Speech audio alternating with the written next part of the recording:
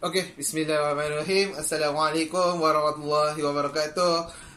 Selamat kembali ke channel Cikgu Ashraf subjek perniagaan. So hari ini kita akan belajar bab tingkatan 4, iaitu bab 2, trend semasa perniagaan di bawah aspek ekonomi.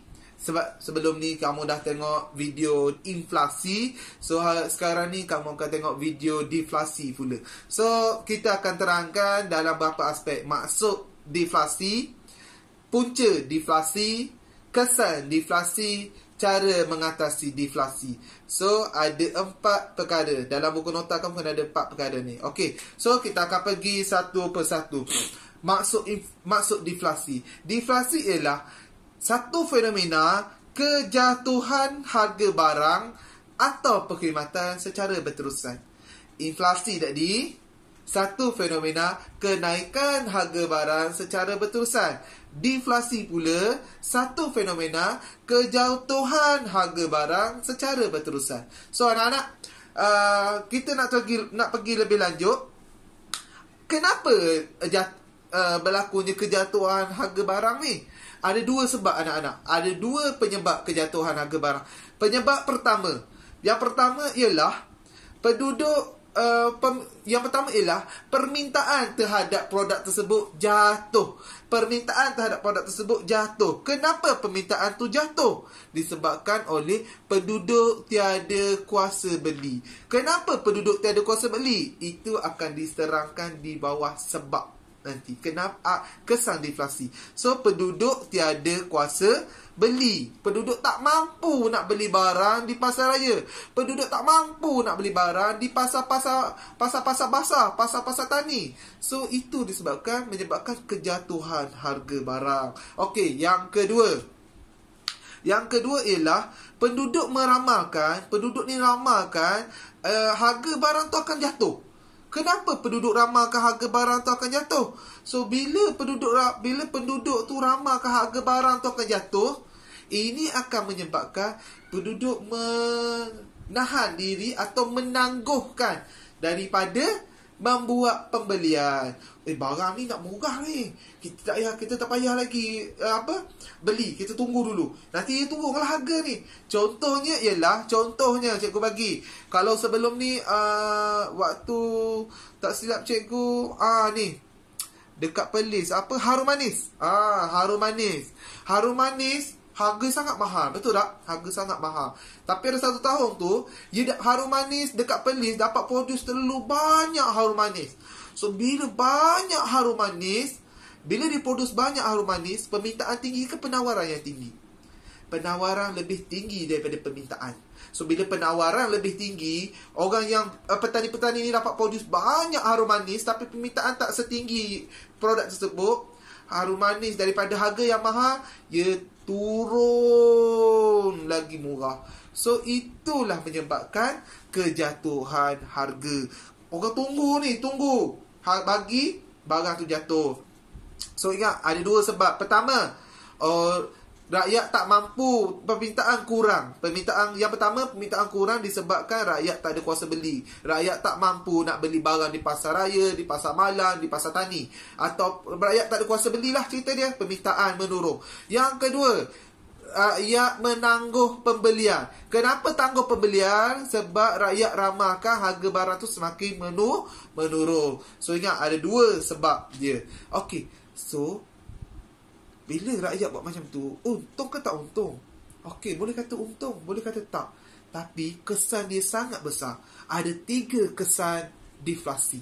Kesan yang pertama, membantukan perniagaan. Contoh.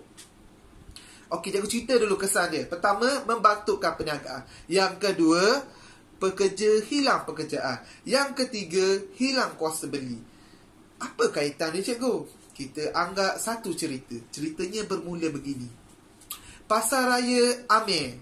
Pasar Raya Amir ni adalah satu pasar raya yang ramai sangat orang sebelum ni. Pekerja dia ada dalam 50 orang. Tapi ada satu masa negara berlakunya deflasi. Rakyat tak ada duit. Rakyat tak boleh nak beli barang. Rakyat tak ada duit. Rakyat tak boleh nak beli barang. So pasaraya Amir yang megah dulu, yang banyak jualan dia, dah semakin kurang. Orang kurang pergi pasaraya. Bila orang kurang pergi pasaraya, apa yang berlaku? Pasaraya Amir ni, Amir punya bos Amir ni, dia terpaksa buang pekerja. Dari 50 orang, dia ambil pekerja 20 orang je. Dia ambil pekerja 20 orang je. Berapa orang dia buang? 30 orang dia buang. So 30 orang dia buang ni, nama dia pekerja step kesan yang kedua. Tengok dekat putek, pekerja hilang pekerjaan. 30 orang ni hilang pekerjaan. Dia tak ada duit. Dia nak sara mak ayah, nak sara keluarga, anak bini, nak jaga kehidupan, kos sara hidup semakin mahal. So apa yang berlaku bila 30 orang ni? Ni cerita kisah pasaraya Amir je. Kalau kita tengok dunia lagi besar, betul tak? Saya sentuh satu pasaraya Amir je. So 30 orang ini, bila hilang pekerjaan, dia dapat duit tak? Tak. Dia dapat gaji tak? Tak. So bila tak dapat gaji, duit ada tak dalam poket? Tak ada. Bila duit tak ada dalam poket, dia ada kuasa beli tak? Tak ada kuasa beli. Dia ada kuasa beli tak? Tak ada lah. Dia tak boleh beli barang dekat tempat lain. Bila dia tak boleh beli barang dekat tempat lain, rentetan pun, seka pun berpusing. Okey, dia buang ke pasaraya. Mula-mula pasaraya Amir terbantuk. Lepas tu pekerja hilang pekerjaan. 30 orang hilang pekerjaan. 30 orang hilang pekerjaan itu tiada kuasa beli. Betul tak? Bila 30 orang pekerjaan tiada kuasa beli, dia ada permintaan tak nak beli barang? Itulah pergi balik cerita dekat atas tadi, penyebab tadi. Permintaan menurun. Pergi pula dekat kedai orang lain pula. So permintaan menurun. Bila permintaan menurun, cerita yang sama. Permintaan menurun, orang tak pergi tempat tu, kedai perniagaan tersebut pun merudum. Dia terpaksa buang orang. Orang yang kena buang tu tak ada kuasa beli. Dia seka balik. So kehidupan kita seka. Perniagaan dalam kehidupan adalah satu roda impian. Betul tak? Dalam satu roda impian. Okey. So dalam satu roda, itulah cerita dia. Kita sentiasa rotate kehidupan kita. Okey. So anak-anak, habis dah ke poin yang ketiga, iaitu kesan deflasi. Okey. Yang seterusnya, bagaimana kerajaan nak atasi masalah deflasi ni? Okey. So kerajaan nak atasi masalah deflasi ni dalam 3 cara. Iaitu cara yang pertama. Yang pertama, kerajaan menurunkan kadar cukai. Siapa yang ingat mesti terlintas kadar cukai. Saya dah ingat cikgu. Bila sebut kadar cukai, mesti dasar fiskal. Betul tak cikgu? Ya, betul. Bila sebut kadar cukai, dasar fiskal lah tempatnya. Okey. So dasar fiskal ingat ada 2. Kerajaan membuat perbelanjaan kerajaan. Yang kedua, kerajaan menggunakan cukai. So dalam pelaksanaan cukai ni, untuk kali ini dalam mengatasi masalah deflasi, kerajaan menurunkan kadar cukai. Apa kadar cukai yang kerajaan turunkan? Kenapa kerajaan turunkan kadar cukai? Bila kerajaan mengurangkan kadar cukai, pengguna ni mengurangkan kadar cukai apa? Kadar cukai kepada pengguna. Contohnya, saya sebut dulu cerita dulu. Bila kurangkan kadar cukai yang perlu dibayar oleh pengguna, permintaan pun meningkat. Contoh dia apa? Ingat tak waktu pemerintahan Pakatan Harapan, bila Pakatan Harapan membentuk sebuah kerajaan Malaysia, kerajaan menghapuskan GST, betul? So bila hapus GST, 6% bos, 6% cancel. Bila 6% cancel, rakyat tak perlu bayar cukai 6% ni. Apa yang berlaku? KFC penuh, McD penuh, apa lagi, pasaraya penuh orang. Sebab harga barang makin murah. Bila mengurangkan kadar cukai, harga barang makin murah. Betul. Cikgu, harga barang kan dah murah, kenapa nak murah lagi? Di situlah bila memang harga barang dah murah, tapi rakyat tak ada duit nak beli walaupun dah murah. Tapi kerajaan murahkan lagi, dia buang cukai tu. Bila kerajaan buang cukai tu, harga barang makin murah, rakyat pun mampu beli. Bila rakyat mampu beli, permintaan naik tak? Bila permintaan naik, dengan sendirinya harga barang secara perlahan-lahan naik secara stabil. Boleh? So ingat, mengurangkan kadar cukai apa? Kadar cukai yang perlu dibayar oleh pengguna. Kadar cukai yang perlu dibayar oleh pengguna. Contohnya, pemansuhan GST oleh kerajaan pada tahun 2018.